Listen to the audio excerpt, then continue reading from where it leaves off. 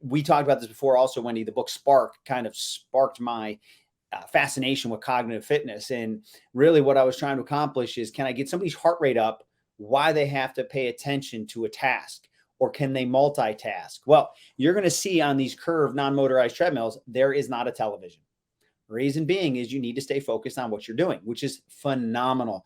You're more mentally engaged with what you're doing. So now you may not feel it like you will with local muscle fatigue and increased heart rate. But if we could wire up someone's brain, you would see more activity in the brain while they're doing something with an elevated heart rate like this, because they're focused versus just sitting on a recline or recumbent bike. Because you could pedal, even if you increase your heart rate, you can kind of mentally check out because you do not have to be as focused as what you're doing.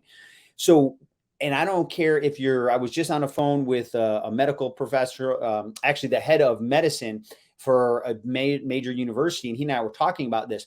So even if you look at your athletic population, there's a huge correlation now to athletes that have concussions to lower body injuries 7 to 10 days later, and they're starting to tie that with a lack of motor control.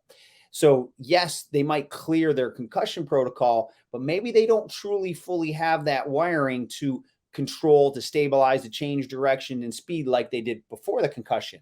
So of course, the curved non-motorized treadmill could be a great way to bring that back in. Or you take someone 50, 60, 70. It's great to be in great shape cardiovascularly. It's great to have muscle tone. But if you're not staying with your cognitive and you're starting to have a little bit of that decline from a cognitive standpoint, that's going to age us very, very quickly. So putting in cardio, that 20-minute threshold where we get the elevated heart rate with multitasking, we have seen that there's an increase in that key protein, brain-derived neurotrophic factor, which is the fertilizer of the tissue, the neurons in the brain.